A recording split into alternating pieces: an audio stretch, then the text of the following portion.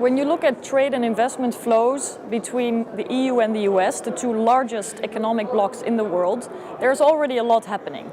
But what we also see is that there are still quite a few barriers in the trade, whether these are tariffs or whether these are differing standards or whether these are non-recognition of the same safety procedures, for example.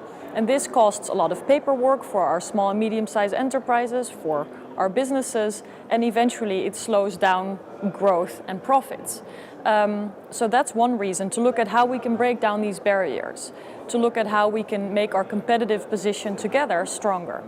And in times of crisis, to create jobs and economic growth without government investment is really quite a great opportunity. And the other reason is that the world is changing quite rapidly.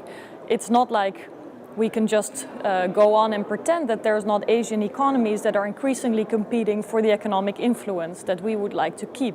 So that's another reason why we want to be able to set standards for electric cars, for example, together, instead of having to follow the standards that other economies may set for us. If you look at a process in the European Parliament, it's never easy to get a majority. Every majority has to be fought, and it's good. There's many voices, and we have to listen to them. But when you look at the opportunities of this trade and investment partnership, they are quite strong. And I think that we can come to a win-win situation. We shouldn't approach this as a confrontation, as a zero-sum game, but really seek for a procedure and an end result where, on the one hand, our high standards are protection of fundamental rights, of environmental standards, of consumer rights, are protected and safeguarded. But on the other hand, the bureaucratic burden, the procedures that our people have to go through, that they can be limited or even removed where possible, so that growth and jobs are created. And I think that's important for all Europeans and actually also for all Americans. So I'm hoping for a win-win. For the ALDE group, it's very important that people are involved with the process of negotiating this trade and investment partnership with the United States, and that it's not an agreement which in the end is seen as a benefit for shareholders, where in boardrooms there are celebrations, or where in spreadsheets it all looks very nice.